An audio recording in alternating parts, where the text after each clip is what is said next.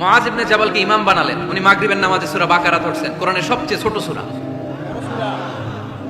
হ্যাঁ বড়, কত বড়?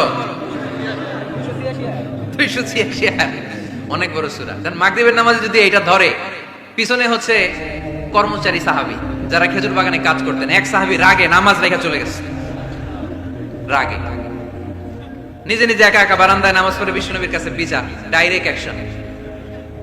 অ্যাকশন অ্যাকশন, ইনডাইরেক্ট না, এটা কি অ্যাকশন? ডাইরেক্ট বড় হুজুরের কাছে যে বলে, ইয়া রাসূলুল্লাহ কেমন ইমাম পাঠাইছেন, মাগরিবে বাকারা দিয়ে ধরছেন।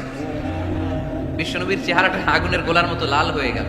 ইমামকে ডেকে পাঠালেন, কারণ লোকজন তো কিছু করতে পারবে না, এটা তো বিশ্বনবীর অ্যাপয়েন্ট করা ইমাম। যিনি অ্যাপয়েন্ট করেছেন তার কথা ছাড়া এখানে সভাপতি আজকে বললো আপনি ইমাম, কালকে বললো আপনি নাই, এরকম ইমাম নাকি? বিশ্বনবী অ্যাপয়েন্ট করেছেন, বিশ্বনবী ডেকে পাঠালেন। তার সাথে কথা বলতে যে বিশ্বনবীর চেহারাটা আগুনের গোলার মতো লাল হয়ে গেল। রেগে মেগে বিশ্বনবী বললেন, আফাত্তানুন আনতা ইয়া মুআজ, মুআজ তোমার কি ফিতনা বাজানোর জন্য এখানে ইমাম বানায় পাঠাইছিলাম?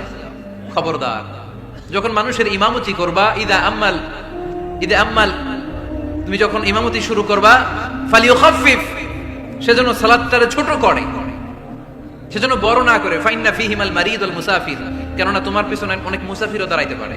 আমি যাচ্ছি এখান থেকে আরেক দিকে, দেখলাম মাগরিবের নামাজ শুরু হয়েছে, ভাবলাম সফর যেহেতু শুরু করছি, নামাজের সময় নামাজটা পড়েই যাই, তো আমি ঢুইকা দেখি বাকারা দিয়ে ধরছে উনি, আমি পড়তে পারবো?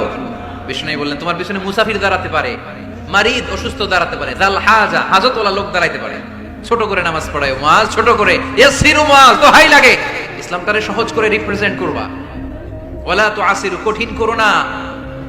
বাশশিরু, সুসংবাদ দিও মুআজ, ওয়ালা তুআসিরু, কঠিন করো না। সুবহানাল্লাহ পড়ে।